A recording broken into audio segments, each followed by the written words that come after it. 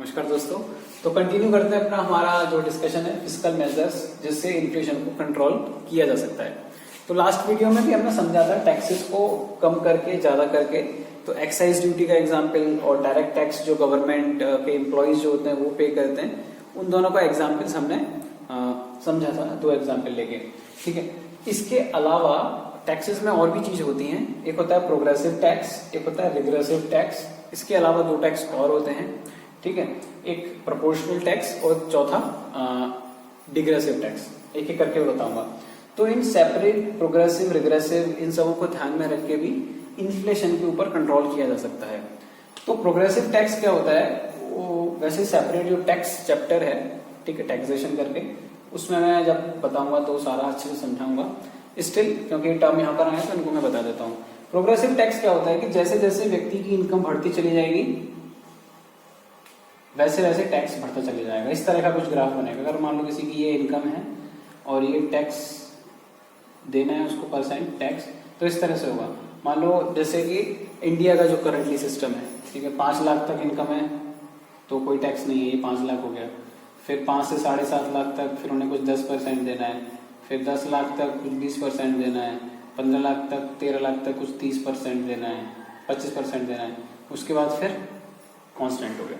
ठीक है, तो जैसे जैसे इनकम बढ़ती चली जाए वैसे वैसे टैक्स बढ़ता चले जाए, तो ये होता है प्रोग्रेसिव टैक्स। तो प्रोग्रेसिव टैक्स को बढ़ाने से क्या होगा, उससे ये फायदा है कि जिन लोगों के पास इनकम ज्यादा है, ठीक है, अगर उनको टैक्स कम देना होगा, अगर वो भी मान लो 10% टैक्स दें और जो जिनके पास कम कमाई है वो भी 10% दें, तो ये लोगों को तो बहुत ज्यादा फायदा हो जाएगा। इनके पास जो इनकम है वो ज्यादा होगी, परसेंट डिस्पोजेबल इनकम, तो ये डिमांड क्रिएट कर देंगे और डिमांड क्रिएट हो जाएगी तो इन्फ्लेशन बढ़ जाएगा। तो इंडिया का जो है वो है प्रोग्रेसिव टैक्स। तो ये प्रोग्रेसिव टैक्स को ज्यादा करने से आगे वाले लोगों के लिए, ठीक है, जिनका एक ब्रैकेट के बाद ज्यादा जो लोग हैं उनको 30% पे करना है, तो उससे ये कि जो हाई अर्निंग सैलरी वाले लोग हैं उनको जो टैक्सेस हैं वो ज्यादा देने पड़े, जिससे कि इन्फ्लेशन मेंटेन रहे। क्लियर हो गया। ये सेपरेट इनके क्या बेनिफिट हैं, क्या नुकसान है, वो अलग चीज एक है, वो टैक्सेशन वाले चैप्टर में जब कवर करेंगे तब समझेंगे। दूसरा रिग्रेसिव टैक्स में क्या होता है, यहाँ पर ग्राफ जो होता है वो उल्टा होता है। ये टैक्स हो गया, ये हमारा इनकम हो गई, तो ये इस तरह से रहता है। इसमें क्या होगा कि जैसे व्यक्ति की आय कम होती जा रही है पर उस पर टैक्स बढ़ाते जा रहे हैं, तो ऐसा अगर होता है तो इन्फ्लेशन जो है वो और ज्यादा बढ़ जाएगी। बट इंडिया के अंदर ये रिग्रेसिव वाला सिस्टम नहीं है, तो इसलिए फायदा है। रिग्रेसिव जो फ्रेंच रेवोल्यूशन हुआ था, ठीक है, वो किस वजह से हुआ था, because of this regressive tax की वजह से। ठीक है, क्लर्जी हुआ करते थे, उनको बिल्कुल पे नहीं करना पड़ता था, ठीक है, और जो बाकी के लोग हुआ करते थे नीचे वाले, आई फॉरगॉट दैट नेम, ठीक है, वो लोग जो वर्कर्स होते थे वहां पर, आर्टिशियंस, पेंटर्स, ये सब जो थे उनको बहुत ज्यादा पे करना पड़ता था, तो वो रिग्रेसिव टैक्स था।